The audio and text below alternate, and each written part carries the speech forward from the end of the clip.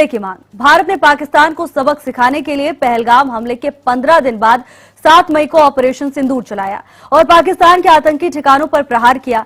लेकिन पाकिस्तान अपनी हरकतों से अभी बाज नहीं आया और सीमा से लगते राज्यों को निशाना बनाने लगा। उधर भारत ने भी पाकिस्तान को मुंहतोड़ जवाब दिया और आखिरकार पाकिस्तान ने घुटने टेक दिए। दोनों देशों के बीच सीज फायर पर सहमति बन गई। सीज फायर के ऐलान के बाद देश की पहली सुबह कैसी रही, ये रिपोर्ट देखिए।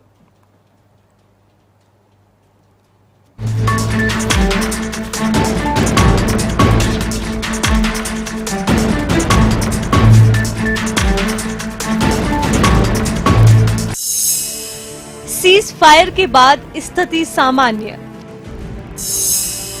देशवासियों ने ली राहत की सांस। भारत पाकिस्तान के बीच सीज फायर के बाद देशवासियों ने जो सुबह देखी वो सुकून से भरी थी। पिछले दिनों से चल रहे तनाव को लेकर बॉर्डर पर ढाल बनकर खड़े वीर योद्धाओं, उनके परिवार वाले और समस्त देशवासियों के माथे पर जो शिकन की लकीरें थी वो कम हो गई हैं।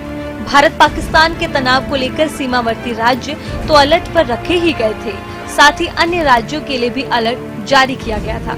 लेकिन अब फिलहाल स्थिति सामान्य होती हुई नजर आ रही है। बॉर्डर से सटे जिलों में भी सीज फायर के बाद स्थिति सामान्य नजर आई। अखनूर, जम्मू शहर, पूंछ, राजौरी, बारामूला, लाल चौक, उधमपुर, पठानकोट की तस्वीरें दिल को राहत देने वाली हैं। अब आपको देश की राजधानी दिल्ली की स्थिति के बारे में भी बताते हैं। दोनों देशों के समझौते के बाद यानी सीज फायर के बाद जिस तरीके की परिस्थिति देश भर यानी खास तौर पे अगर सीमावर्ती क्षेत्रों की बात करते हैं तो परिस्थिति सामान्य हुई है। वही हमने देखा था जैसे ही मिसाइल ड्रोन दागे गए थे पाकिस्तान के द्वारा इंडिया पर, तो किस तरह की परिस्थिति देश भर में हुई थी। खास तौर पर अगर दिल्ली की बात करते हैं तो इंडिया गेट पर इस वक्त हम मौजूद हैं, तो हम देख सकते हैं किस तरीके से अभी भी किसी भी गाड़ियों को यहाँ पर खड़ा होने नहीं दिया जा रहा। जिस तरीके से ट्रैफिक पुलिस वाले निर्देश दे रहे हैं कि जल्द से जल्द इस जगह को खाली किया जाए। यानी इंडिया गेट के सामने जिस तरीके से काफी रेडी वाली लोग मौजूद यहाँ पर रहते थे, मगर किसी भी गाड़ी को, किसी भी लोग को यहाँ पर खड़े होने नहीं दिया जा रहा। यानी परिस्थिति सामान्य हो गई है। सीमावर्ती क्षेत्रों की बात की जाए तो परिस्थिति वहां पर बेहतर है। हालांकि अभी भी कहा गया है कि अगर सायरन की आवाज सुनाई देती है तो उसी प्रकार के जो एसओपीज फॉलो करने हैं वो किया जाए, यानी जो निर्देश दिए गए थे वो तमाम चीजें की जाए। मगर अभी परिस्थिति वहां पर बेहतर है।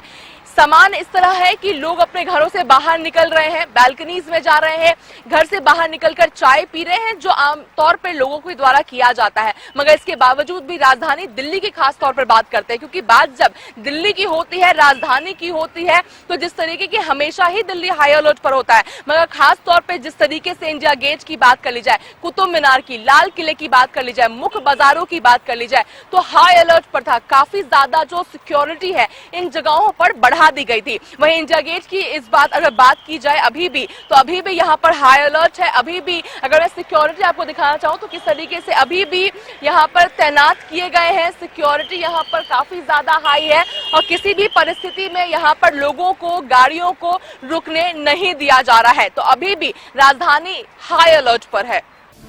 तनावपूर्ण स्थिति के बाद हरियाणा के हाल भी किसी से छिपे नहीं थे। अंबाला, पंचकुला, सिरसा समेत कई जिलों को हाई अलर्ट पर रखा गया था।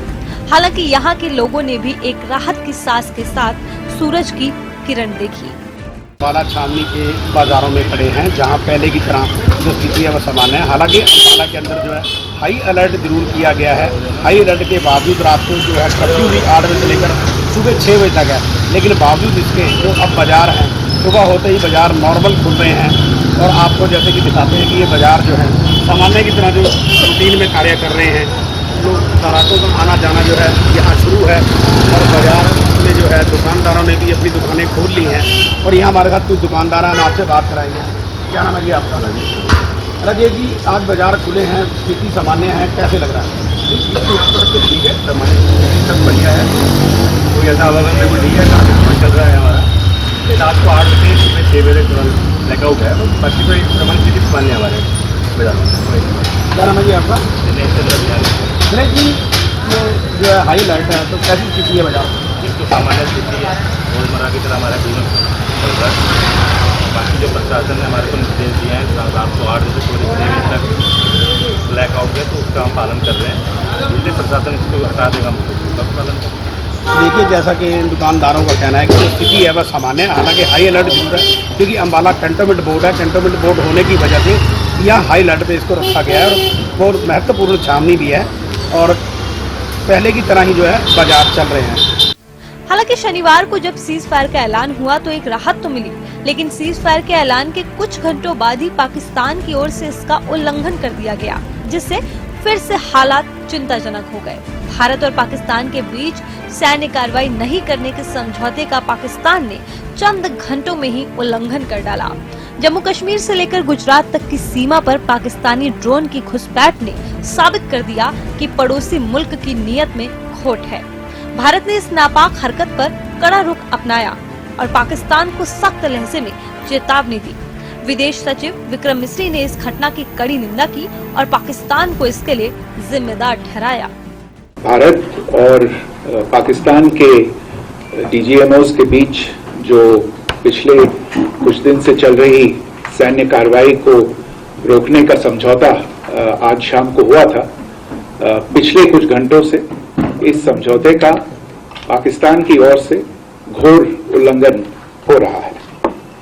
भारतीय सेना जवाबी कार्रवाई कर रही है और इस सीमा अतिक्रमण से निपट रही है।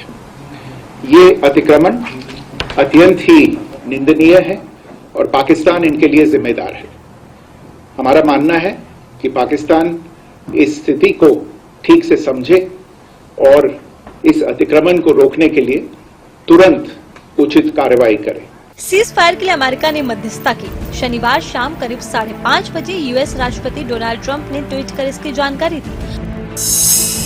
उन्होंने बताया कि अमेरिका की मध्यस्थता में एक लंबी रात की बातचीत के बाद मुझे ये घोषणा करते हुए खुशी हो रही है कि भारत और पाकिस्तान पूर्ण और तत्काल संघर्ष विराम पर सहमत हो गए हैं।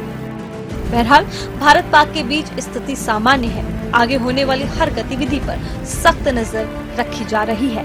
Desk report, Haryana news.